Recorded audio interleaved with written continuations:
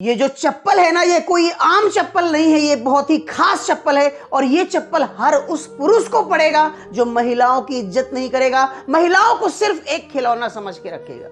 आप सभी को पता है कि हमारे ही कैटेगरी की एक ऐसी लेडी जिनका नाम था आशा की टेक, बहुत ही होनहार लड़की थी, बहुत ही जुझारू लड़की थी, और उस लड़की का मर्डर हो गया और उसके पति ने ही उसका मर्डर किया। ऐसे पतियों को ना इस चप्पल से महिलाएं इतना मारेंगी ना कि साले तुमको मुंह छुपाने के लिए जगह नहीं मिलेगी। और आशा की टेक जी के जो पति है ना, कसम से मेरे सामने आ गए ना तो इसी चप्पल से तुम्हारा मुंह सुझा दूंगा, याद रखना। जिस तरीके से तुमने महिलाओं के साथ एक महिलाओं को खिलौना बना के रखा है, महिलाएं खिलौना है, खिलौना है महिलाएं तुम्हारे लिए। पहले एक शादी करते हो, फिर दूसरी शादी करते हो, और फिर तीसरी शादी करते हो, और उसके बाद तुम्हारा साले कोई विरोध करता है तो तुम साले उसका मर्डर कर देते हो। तुम्हारे जैसे हरामखोर तुम लोगों को साले चूड़ियां पहन के घर में बैठना चाहिए। सच बता रहा हूं, चूड़ियां पहनना चाहिए तुम लोगों को। महिलाओं के ऊपर हाथ उठा करके, महिलाओं का मर्डर करके अपने आप को शेर समझते हो साले कुत्ते। तुमको ये जनता जवाब देगी। तुमको क्या लगता था मार मोर के भाग जाओगे और बचोगे? गलत सोचते थे। आशा की टेक के ना इतने भाई हैं, इतने भाई हैं, और उन्हीं भाइयों में से मैं भी एक भाई हूं जो उनके लिए आवाज उठा रहा हूं।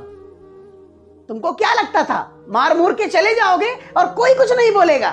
हैं? अकेले हैं आशा की टेक जी? गलत सोचते थे।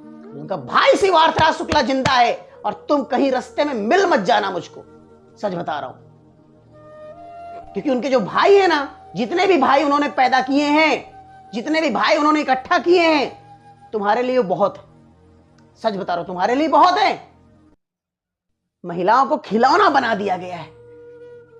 महिलाओं से भी कहना चाहूंगा एक शब्द, कि जब भी आप एक चुनाव कर रही हैं किसी भी अपने जीवन साथी का, बहुत सोच समझ के तय करिए, क्योंकि दिखावटी चेहरे यहां बहुत हैं। मैंने बोला है ना कि दिखाने का चेहरा कुछ और अंदरूनी चेहरा कुछ और ही होता है इस जिंदगी में।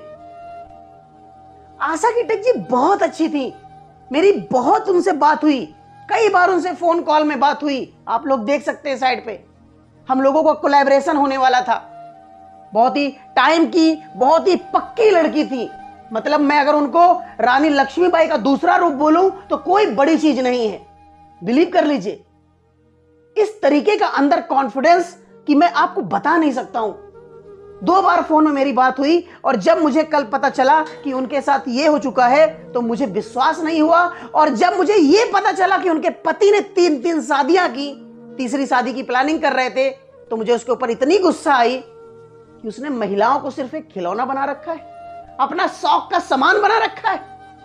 बात ये नहीं कि सिर्फ ये आशा की टेक जी के साथ हुआ है, ऐसे तमाम पति हैं इस दुनिया में जो अभी भी ये खेल रचने के लिए तैयार है। तो उन पतियों के लिए ना, इन पत्नियों का ये चप्पल ना तुम्हारे मुंह में पड़ेगा, याद रखना। और जैसे ही चप्पल टूट गया है ना, वैसे तुमको मारते मारते टूटेगा, क्योंकि तुम लोगों ने पत्नियों को सिर्फ एक खेल बना के रखा है, एक सिर्फ सुविधा बना के रखी है बस। शायद आशा की टेक जी आज इस दुनिया में होती अगर इस प्रवृत्ति के इंसान इस दुनिया में ना होते।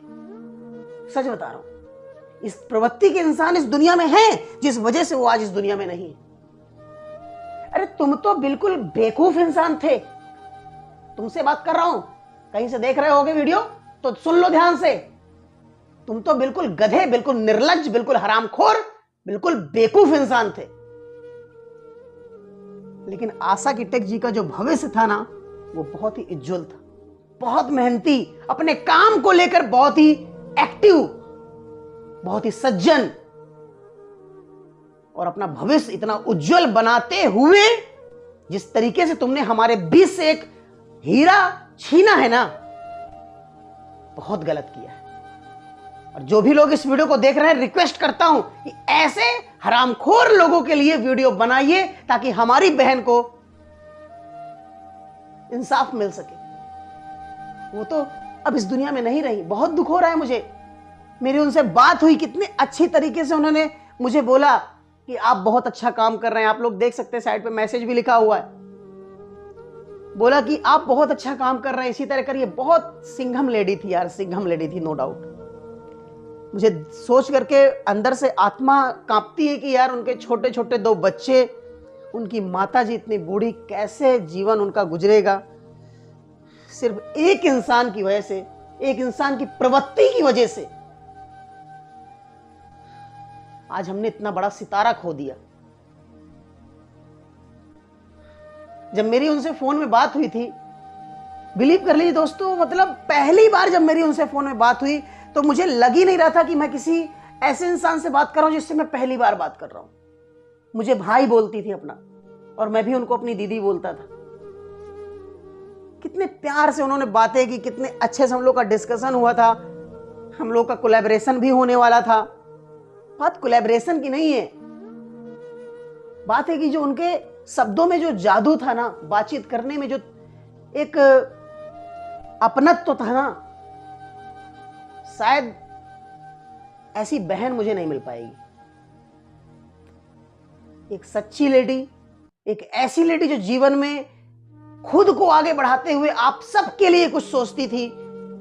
ऐसे क्रिएटर हम लोग की कैटेगरी में नहीं है, बिलीव कर लीजिए। आज की डेट पर जितने भी बड़े क्रिएटर हैं धीरे धीरे सब वीडियो बनाएंगे, लेकिन मुझको लगता है कि शायद उनके लिए तब वीडियो बनाना जरूरी था जब वो 2.5 साल पहले से संघर्ष कर रही थी यूट्यूब पर। आज बहुत से क्रिएटर आ जाएंगे, हम लोग तो खैर कुछ नहीं है अभी, लेकिन मुझे पता है कि सब बड़े बड़े क्रिएटर अब वीडियो बनाएंगे धीरे धीरे करके मैडम जी के लिए।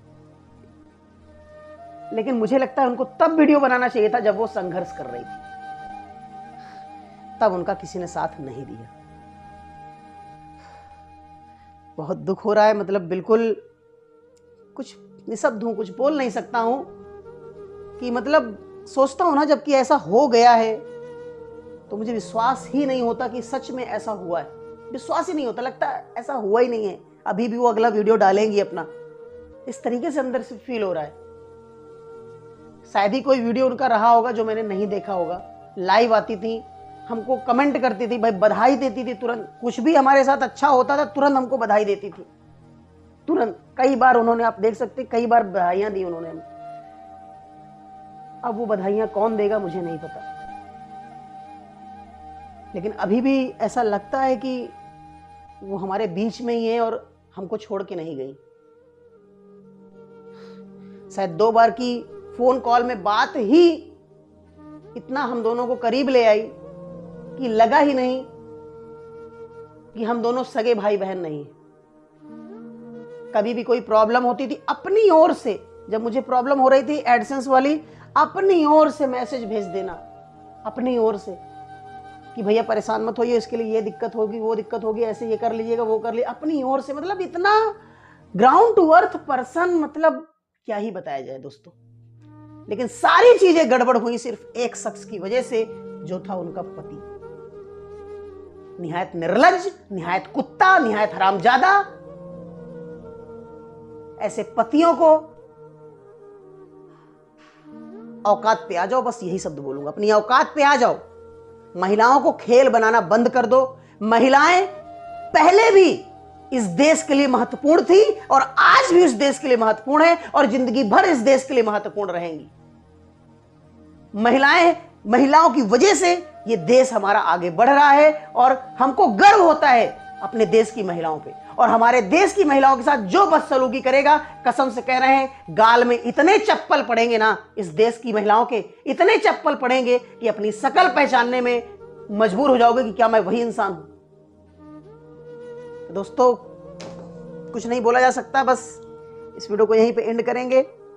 वीडियो को शेयर कीजिए और अधिक से अधिक वीडियो बनाइए, बिल्कुल बनाइए, आप भी बनाइए वीडियो, ताकि हमारी बहन जो इस दुनिया में आज की डेट पर नहीं है उनको इंसाफ मिल सके। बिल्कुल उनको इंसाफ मिलना चाहिए, क्योंकि वो अपनी जगह सही थी, अपने बच्चों का पालन पोषण अच्छे से कर रही थी। और उस हरामखोर पति ने सिर्फ अपनी पत्नी को ही नहीं छोड़ा था, बल्कि अपने बच्चों को भी छोड़ दिया था। आज उनके बच्चे बिना माँ बाप के हैं, कैसे उनका जीवन गुजरेगा मुझे नहीं पता। तो ठीक है दोस्तों, बस आज इतना ही बोलना चाहूंगा। जरूर वीडियो बनाइए ताकि मेरी बहन को, हमारी बहन को इंसाफ मिल सके। मिलते हैं अगली वीडियो में, तब तक के लिए जय हिंद, जय भारत, वंदे मातरम।